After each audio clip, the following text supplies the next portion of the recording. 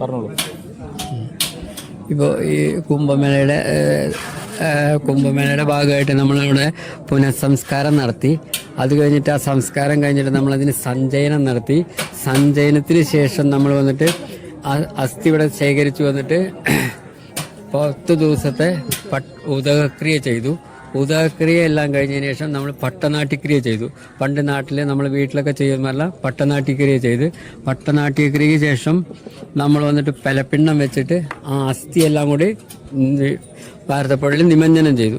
നിമഞ്ജനം ചെയ്തതിന് ശേഷം അവർ തളിച്ചതിന് ശേഷം ചീതിയന്മാരുടെ ക്രിയ എന്നാണ് അതിന് പറയുക. അത്രയും പേര് അതിനുശേഷം പുണ്യാഹം തളിച്ചിട്ട് ഇളയതിൻ്റെ 16-ാം ദിവസം ചെയ്യുന്ന 16 കൂട്ട് എന്നുള്ള സംഭവം, അത് 16 ദിവസം അടുത്ത വർഷം വരയ്ക്കുള്ള ബലി നമ്മളിവിടെ തർപ്പിക്കൽ കഴിഞ്ഞു. അതിൽ ദാനങ്ങളാണ് അധികം വരുന്നത്.